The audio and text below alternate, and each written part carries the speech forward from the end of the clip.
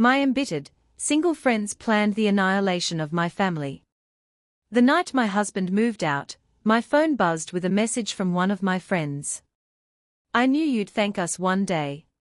I stared at the screen while my children slept down the hall, unaware that their entire world had just been quietly dismantled by me and by the women I trusted most. I had the perfect life, or so I thought. Gregory used to wake up before the sun just to make sure my coffee was ready exactly how I liked it. 2 sugars. A dash of cinnamon. He memoized it the way some men memorize football stats. When my car was low on gas, I never noticed, because he filled it. When the kids wanted a playroom, he didn't hire anyone. He spent 3 weekends sanding wood, painting walls, and assembling shelves with his own hands. He kissed my forehead every night. Every single night. But my friends didn't see devotion. They saw boredom. They called my marriage safe. They called my husband predictable. They called my life too small for a woman like me. And slowly, methodically, they began to convince me that love without chaos wasn't love at all. This is how my family was destroyed. It started innocently. That's the lie I tell myself now. A book club. That's what Maya called it when she invited me. Just us girls, she said. Wine, conversation, something that's ours. Gregory smiled when I told him. That sounds good for you, he said. You deserve a break. That should have been my first warning. He never tried to cage me. Never questioned me. Never needed to be convinced. The first night, I arrived with a copy of a novel tucked under my arm. No one else brought a book. Maya laughed it off. We'll get to it, she said, pouring wine into glasses that were already half full. There were 5 of us. All single. All bitter in ways I didn't yet recognize. They talked about men like they were injuries. Men don't change. Men only behave until they get comfortable. Marriage is just a slow suffocation with a ring. I laughed nervously. I tried to defend Gregory. He still flirts with me, I said. He still plans dates. Maya tilted her head. And when was the last time he made your heart race? That question landed somewhere deep. Somewhere dangerous. On my drive home, Gregory called me hands-free, like always. How was it? He asked. Fun, I said. I didn't tell him how quiet the house felt afterward. How their words echoed louder than the engine. The book club became weekly. The wine increased. The bitterness sharpened. And slowly, the stories they told became warnings about my future. You think he won't cheat. You think he won't leave when you get older. You think a man who's that comfortable isn't hiding something. They planted doubt like seeds in fertile soil. At home, Gregory was the same man he had always been. Patient. Present. Loving. But now I noticed things differently. The way he folded laundry instead of touching me. The way he fell asleep early. The way stability felt quiet. Do you ever miss excitement? Maya asked one night. I didn't answer. But my silence was enough. Then came Ethan. Maya introduced him casually. Too casually. He's a friend of a friend, she said. Divorced. Dangerous. Fun. He looked at me like I was something he could take, or discard. And I mistook that for desire.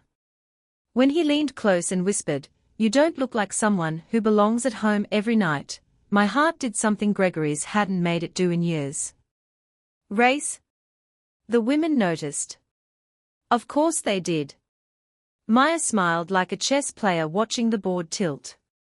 At home that night, Gregory was assembling a bookshelf for the kids. You're quiet, he said. I'm tired, I replied. He kissed my cheek anyway. I didn't deserve it. The affair didn't start in bed. It started in permission. Permission my friends gave me to see my marriage as a cage. Permission to believe fidelity was self-betrayal. Permission to see my husband as an obstacle instead of a gift. You're not cheating, Maya told me. You're awakening. 3 weeks. That's all Ethan wanted. 3 weeks cost me my family. The night Gregory found out, he didn't yell. He sat at the kitchen table, hands folded, eyes hollow. Were they worth it? He asked quietly. I didn't answer. Because for the first time, my friends weren't there to tell me what to say. The strangest thing about betrayal is that it rarely feels evil while it's happening. It feels logical. After Gregory confronted me, he didn't explode. He didn't threaten. He didn't cry. That terrified me more than anger ever could. I need time, he said. For the kids. I nodded like someone who still had choices. That night, I went to Maya's apartment. She hugged me the way people hug at funerals, not out of love, but ceremony. You did nothing wrong, she said immediately. He just couldn't handle a woman who knows her worth. Those words wrapped around me like armor. Every doubt I felt about my choices, she deflected outward, toward Gregory. They all did. Of course he's playing the victim. Men always do that when they lose control. He'll try to punish you with guilt. Punish me? Gregory had packed his clothes quietly. He still showed up for school drop-offs. He still asked about homework. He still cooked dinner when it was his night. But now, my friends framed his consistency as manipulation. He's trying to make you feel small, Maya whispered. He wants you to crawl back. So when Gregory asked for counseling, I said no. When he asked if we could talk without lawyers, I refused. I wasn't defending myself, I was following a script, and the women writing it hated men who stayed. Ethan stopped calling after the 3rd week. No explanation. No closure. When I told Maya, she barely looked surprised. Well, she shrugged, that was never the point. I stared at her. Then what was? She smiled. Your freedom. That was the first moment I felt a chill.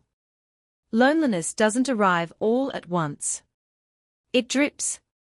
It seeped in when Ethan disappeared. It thickened when Gregory stopped texting anything beyond logistics. It settled when the kids started asking why Daddy didn't tuck them in anymore. One night, my daughter asked, "Did we do something wrong?" I couldn't breathe. I called Maya afterward, sobbing. She sighed, not with sympathy, but irritation. You're romanticizing stability, she said. This is withdrawal. It passes. But it didn't. Gregory filed for divorce quietly. Efficiently. Without drama. When the papers came, my friends came over with wine. To new beginnings, Maya toasted. I watched the ink dry on my marriage and realized something too late. They weren't celebrating my future. They were celebrating the destruction of a life they resented. Divorce is loud in places no one talks about. The empty mornings. The silence after bedtime. The weekends without purpose. Gregory didn't badmouth me to the kids. That somehow hurt more. He rebuilt his life with dignity. A smaller apartment. Structured routines. Calm. And I unraveled. The women who once texted me hourly began replying slower. Busy. Going through stuff. Need space. Maya stopped inviting me out. One night, after too much wine, I confronted her. You pushed me, I said. You wanted this. She laughed. No one pushed you. You just stopped pretending your life was perfect. Then she said the sentence that finally shattered the illusion. Misery loves company. You just finally joined us. I see it clearly now. They weren't protecting me from heartbreak. They were validating their own. They didn't want freedom, they wanted proof that love fails. Gregory remarried 3 years later. I saw the photos online. He was smiling, not wildly, not desperately, but peacefully. The way people smile when they aren't fighting their own lives. I am still single. Not because I don't want love, but because I destroyed the one man who offered it without conditions. My friends didn't steal my husband. They poisoned my gratitude. They didn't force me to cheat. They convinced me faithfulness was weakness. And I believed them, because bitterness sounds wise when you're bored. If you're listening to this and you're surrounded by voices that resent what you have, listen carefully. Not everyone who calls you empowered wants you whole. Some just want you broken like them.